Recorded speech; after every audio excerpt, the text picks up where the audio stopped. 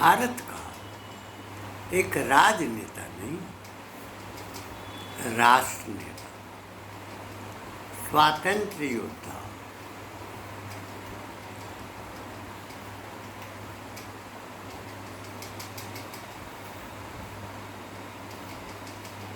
स्वातंत्र संघर्ष में सतत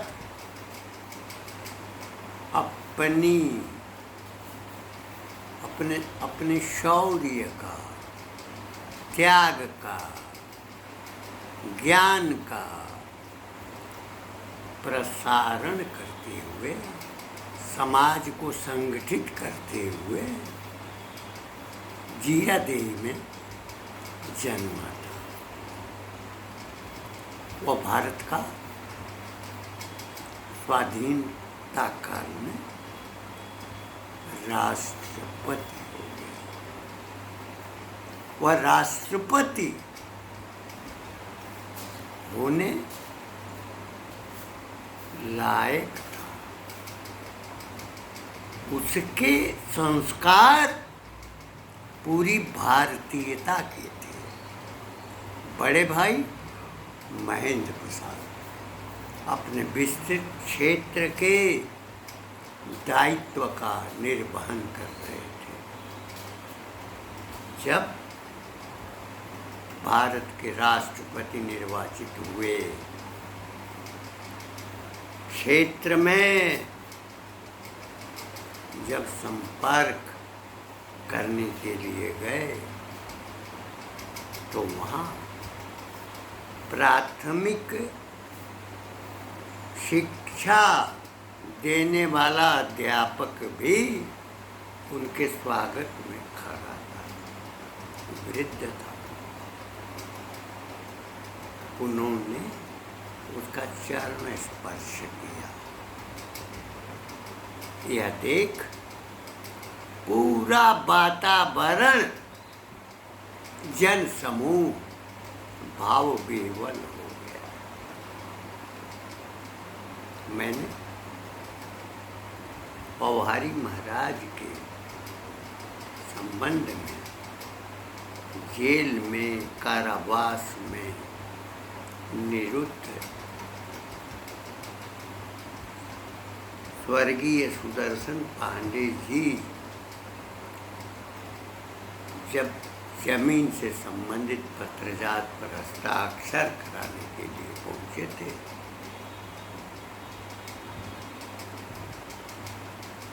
उसका विवरण हमने प्रस्तुत किया है। डॉक्टर राजेंद्र प्रसाद पूरी भारतीय संरचना, भारतीय परिवेश और भारतीय धारा के नायक थे।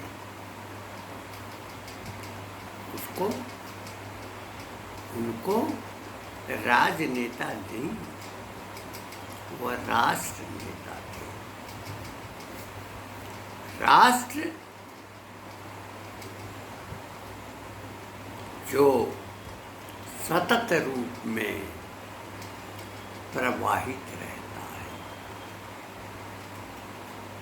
जिसके विस्तृत परिवेश में देश सुरक्षित रहता है। वास्तव में वह राष्ट्रपति की गरिमा के अनुकूल व्यक्तित्व थे। प्रयाग में 1954 का कुंभ लगा था। उस कुंभ में जवाहरलाल नेहरू की भावना की अनदेखी करते हुए भी कुंभ में स्नान करने के लिए आए। स्टेशन पर उनकी बड़ी बहन उपस्थित थी। वह खोज रही थी। भोजपुरी में उन्होंने कहा कि हमार राजेंद्र कहाँ बाड़े, हम उनसे भेंट कर चाहते हैं। स्टेशन पर किसी रेलवे विभाग का कर्मचारी राजिंदर से अवगत नहीं था, लेकिन उनकी बहन राजिंदर को खोज रही थी। वही राजिंदर जो भारत का राष्ट्रपति था। बहन से मुलाकात हुई। 1954 के कालखंड में मैं 7वीं कक्षा का छात्र था और मेरे पिताजी और मेरे भैया प्रयाग के कुंभ में स्नान करने के लिए गए थे। मार्ग था रेलवे। स्टेशन पर उस समय मेरे पिताजी भैया भी उपस्थित थे जब उनकी बहन राजिंदर को खोज रही थी। बहन का स्नेह और प्यार, उसकी स्मृति की चर्चा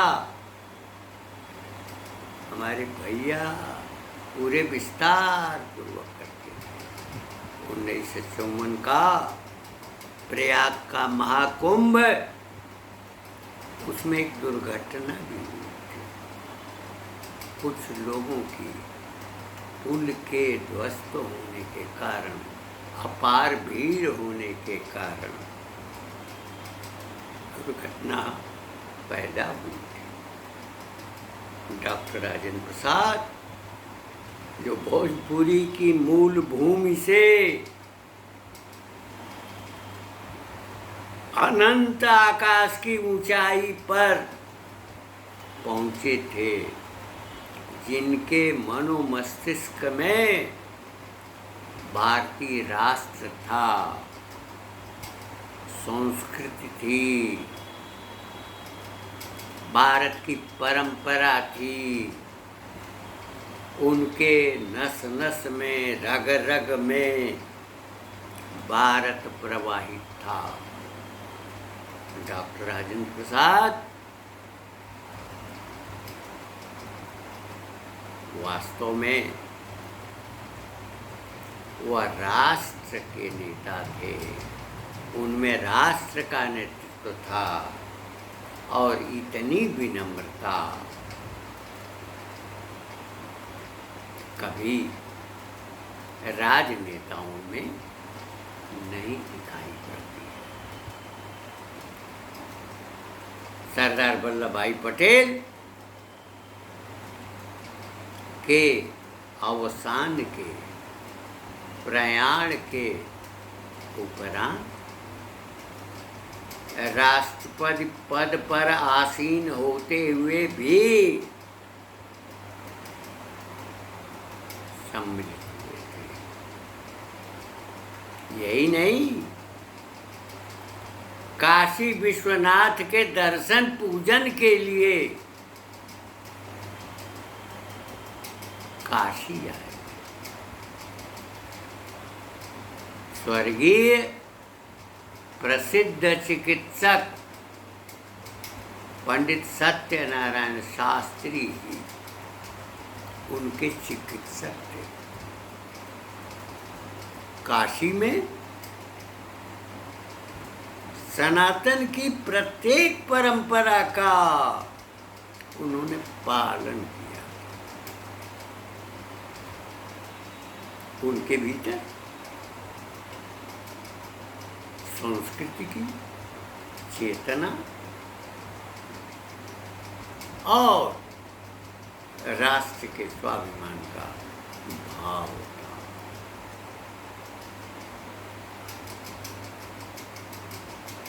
उनका गांव जीरादेई,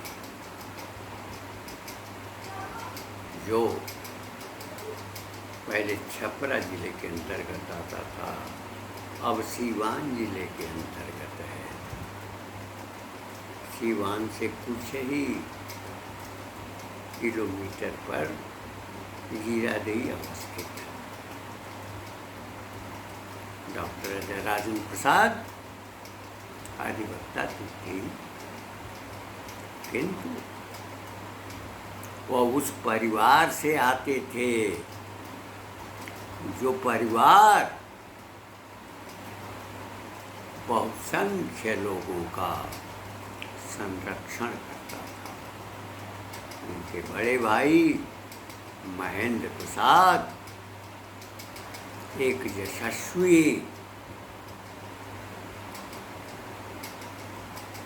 प्रशासनिक सामाजिक व्यवस्थापन के कार्य में सदैव निरत रहते थे। उस समय जागीरदारी और जमींदारी का जो प्रवाह था उसके अंतर्गत उनके बड़े भाई समाज के लिए, सामाजिक चेतना के लिए कार्यशील थे। डॉक्टर राजेंद्र प्रसाद के संबंध में यह भी आया कि 1957 में उनको राष्ट्रपति जो है नहीं होना चाहिए। इस पर उस कालखंड के सांसदों ने ये कहा था कि जो नियम डॉक्टर राजेंद्र प्रसाद के लिए लागू होता है वह जवाहरलाल नेहरू के ऊपर भी लागू होता है। इस स्थिति के कारण जवाहरलाल नेहरू का कदम पीछे हो गया। राजेंद्र प्रसाद ने स्वातंत्र आंदोलन में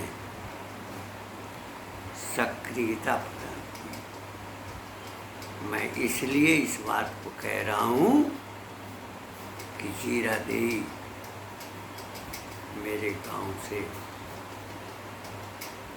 14 या 15 किलोमीटर की दूरी पर ही है। निकट से हमारे पुरखों ने महेंद्र प्रसाद की रियासत को, उनके विस्तार को देखा है, पहचाना है। उनकी स्मृतियाँ लोग गाया करते थे, कहा करते थे। राजेंद्र प्रसाद में अद्भुत सरलता थी। उनमें लेखन का भी भाव था। उनके लेख पाठ्यक्रमों में भी निर्धारित रहते थे। इलाहाबाद बोर्ड जो माध्यमिक शिक्षा परिषद है, राष्ट्र राष्ट्रीयता के संबंध में उनके लेख 1956 में हमने भी पढ़ा है। उनके भीतर राष्ट्र का दर्शन, राष्ट्र की चेतना, भारत की परंपरा और भारत की संस्कृति का अविकल प्रवाह रहा है। इसीलिए उनके अभिनंदन के अवसर पर राष्ट्र कवि रामधारी सिंह दिनकर को यह कहना पड़ा कि सिहरी बिहार की भूमि, सिहरी बिहार की भूमि बचा ले रे कोई, तो लो मेरा राजेंद्र, गर्व से बोल उठी जीरा देवी। राष्ट्र कवि रामधारी सिंह दिनकर समग्र भारतीय परिवेश और चिंतन, भारत के इतिहास, भारत की परंपरा के नायक भी थे, गायक भी थे, रचनाकार भी थे। उनकी कविताओं की धारा में इतना ओज होता था कि लोग कहा करते थे कि चारपाई पर बैठा हुआ व्यक्ति अगर दिनकर की कविता को पढ़ता है तो उसके भीतर इतना जोश, आवेश पैदा हो जाता है कि वह उठ खड़ा होता है और उनकी रचना को गाने लगता है। डॉक्टर राजेंद्र प्रसाद का ममत्व गंगा के साथ था, कुंभ के साथ था, भारतीय संस्कृति के प्रवाह से संबंधित था, उतना ही भारतीय राष्ट्र को उसका विकसित स्वरूप वह देखना चाहते थे। देवरिया में एक वरिष्ठ अधिवक्ता पूर्वा धनीपट्टी के नर्मदेश्वर सिंह जी से मेरी मुलाकात हुई। यह कालखंड 1969 का है। उन्होंने चर्चा के दौरान कहा कि हिंदू कोड बिल अगर प्रधानमंत्री जवाहरलाल नेहरू ने लाया तो सबसे बड़ा अपराध हुआ। जब कोई विष बीज रोपा जाता है धरती में और जब विशाल बरगद का बट का आकार लेता है तो उससे पूरी व्यवस्था ही नष्ट भ्रष्ट होती है। जिसने संयुक्त परिवार में अपना जीवन नहीं बिताया, जो यूरोपीय संस्कारों में बेटा कहीं बेटी कहीं स्वच्छंदता का प्रवाह, उस परिवेश में जिसने अपना बालपन बिताया हो, किशोरावस्था बिताया हो, जो बेटियां हैं उन्होंने अपनी शैली से स्वच्छंदता का अनुभव किया हो, विचरण किया हो, वह संयुक्त परिवार में एक साथ रोटी खाने का, एक साथ खाने का आनंद तो कभी मिला ही नहीं।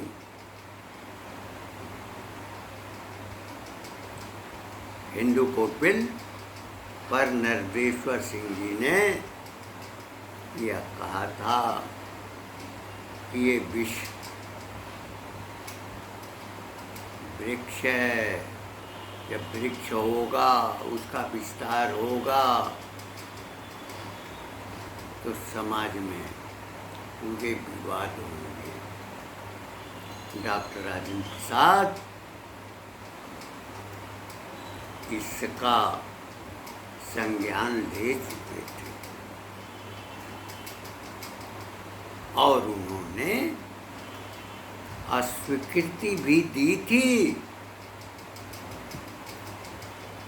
एक अनिश्चित सीमा तक हिंदू कोड बिल के जो नियम थे वो बनाए गए थे। डॉक्टर राजेंद्र प्रसाद जो भारत के राष्ट्रपति थे, जो भारतीय संस्कृति और भारतीय परंपरा में जिनका पालन हुआ था, वह उनको स्वीकार्य नहीं था। इस कारण जब विवाद की स्थिति आई तो हिंदू कोड बिल में थोड़ा लचीलापन करने का प्रयास किया गया, लेकिन राजेंद्र प्रसाद जी के भीतर इस भूमि का महत्व था, इसकी परंपरा का महत्व था, उनके भीतर शालीनता थी, उनके भीतर दूरदृष्टि थी, भविष्य को वो देख सकते थे और जिस श्रम से, जिस परिश्रम से पसीने बहाकर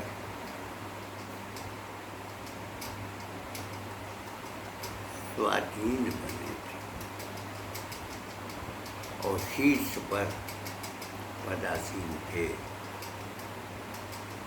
तो उनके मन में विभाजन की कचोट भी थी। कोई भी परिवार का व्यक्ति जिसके भीतर चिंतन की दृष्टि होती है, वह परिवार में विभाजन नहीं चाहता। इसलिए कभी कभी विष घूंट भी पीना पड़ता है। डॉक्टर राजेंद्र प्रसाद को विष घूंट पीना पड़ा था। वह अभी नए नए रूप में आई हुई सत्ता की व्यवस्था उनके कठोर कदमों के कारण चरमरा न जाए, इसलिए उन्होंने अपनी जो भावना थी उसको और नम किया। लेकिन ये एहसास करा गए, परिवार जितने भी टूट रहे हैं, आज दिल्ली में जवाहरलाल नेहरू के ही भले ही संक्षिप्त अंश हो, माँ कहीं और खाती है, बेटा कहीं और खाता है, अगर पास में ही है तो बेटी कहीं और खाती है। एक साथ भोजन बनने की व्यवस्था तो नहीं होती जैसे यूरोप में होता है। 17-18 वर्ष का युवक और 17-18 वर्ष की युवती स्वच्छंदता पूर्वक विचरण करती है। वह परिवेश तो आज दिल्ली में भी बना हुआ है और उसी के अंतर्गत समाज में यूरोपीय संस्कार इतना डाल दिए गए कि परिवार खंड खंड हुए। बेटी भाई में मुकदमेबाजी, बेटी माँ में मुकदमेबाजी, भाई भाई में मुकदमेबाजी और वादों का अपरंपार विस्तार, ये देन है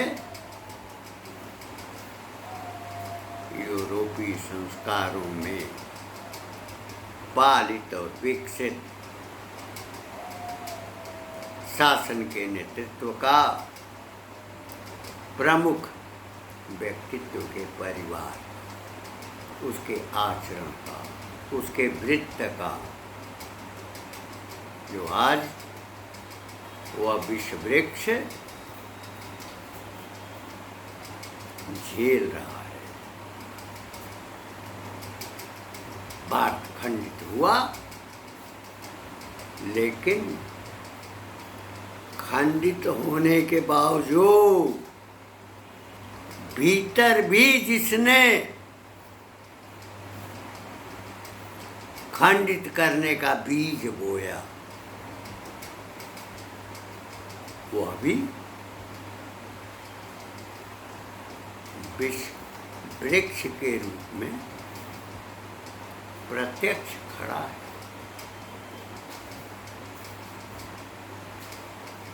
चतुर्दिक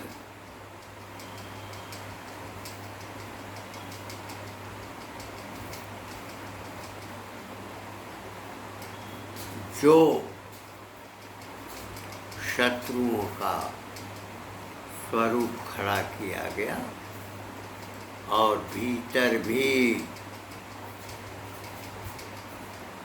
उसके बीज बोए गए, वो अभी बीटअप का रूप ले चुके हैं। मनुष्य के मन में, तन में अगर स्थिरता रहती है, स्वास्थ्य रहता है, उत्साह रहता है, चैतन्य रहता है, तरंगे रहती हैं, तो आदमी किसी से भी युद्ध करता है। लेकिन आज बाह्य परिवेश, चाहे पश्चिम का हो, चाहे पूरब का हो, चाहे उत्तर का हो, या भारी विपदाओं के बीच, आंधियों और तूफानों के बीच भारत झेल रहा है। वर्तमान नेतृत्व भी उस संकटपूर्ण स्थिति में है, किंतु उसके भीतर धैर्य है, उसके भीतर ओज है, उसके भीतर पराक्रम है, चिंतन की गहराई है। वह धरातल भी देख सकता है, नक्षत्र लोक भी देख सकता है। वह भूमि का आधार भी रखता है और अनंत नक्षत्र का आलोक भी उसमें समाहित है। वास्तव में जब नेतृत्व विहीन होगा तो ये संकट की स्थिति आएगी, किंतु जिस जनाधार, जिस संस्कार में नेतृत्व पला होगा, तो निश्चय ही भारत को, भारतीय संस्कृति को, भारतीय धारा को, भारत के वैभव को बनाए रखने के लिए प्रयत्नशील होगा। हम विश्वास है कि इस संकट की घड़ी में भी जहाँ भीतर ही यूरोपीय भावना साधना और संस्कार के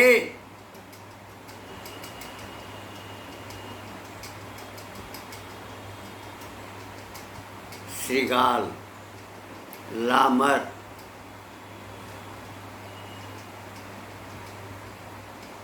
जो कुछ घूम रहे हैं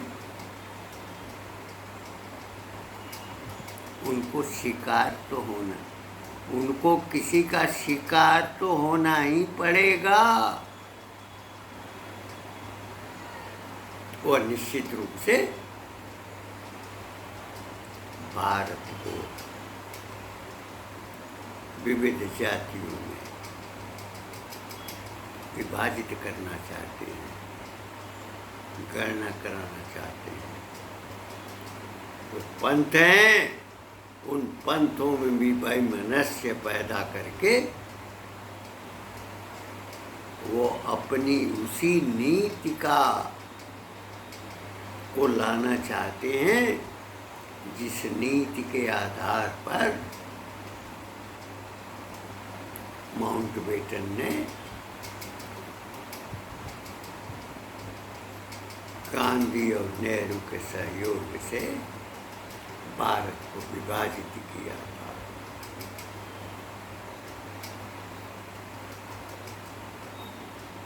किंतु चाहे अनेक पंथ वाले लोग हैं, उनमें भी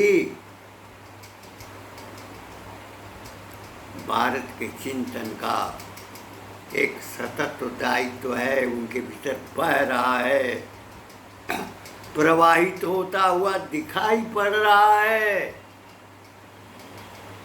जिनके भीतर सम्यक दृष्टि से सब कुछ देखने की शक्ति भी है और सम्यक रूप से उसके ईक्षण का भाव भी उसमें है, समीक्षा भी है। ऐसा सतत प्रवाह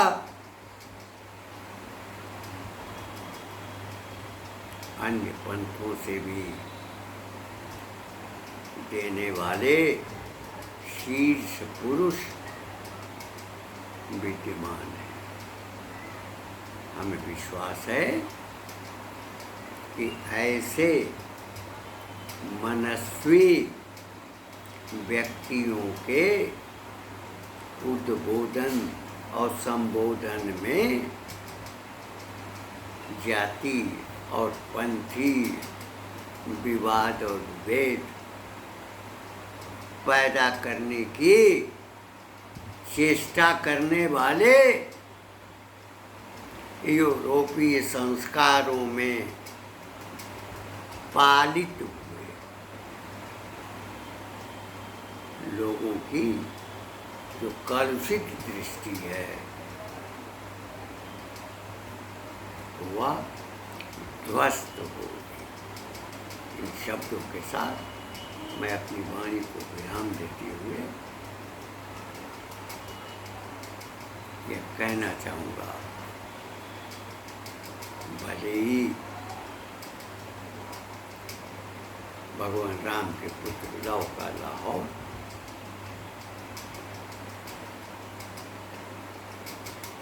भारत के पुत्र तक्ष का राज्य, जहाँ तक्षशिला विश्वविद्यालय और उनके दूसरे पुत्र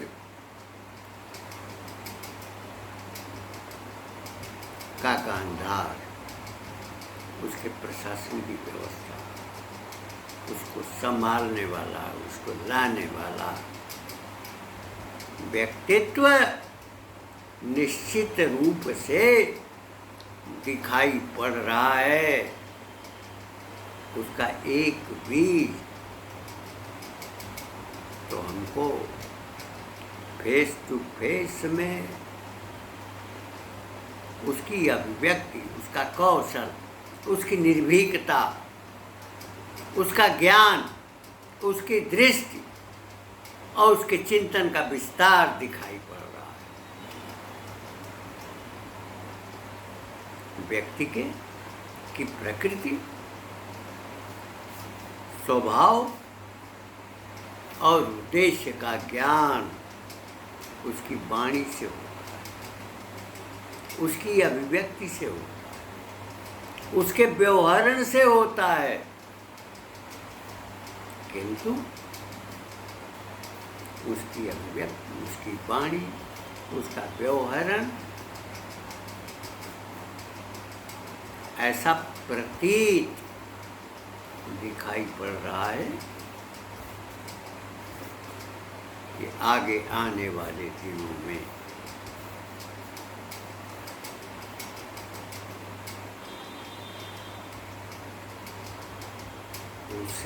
उसका विस्तार क्रमशः बना रहेगा। तो सब कुछ भारत के अतीत के गौरव के रूप में विद्यमान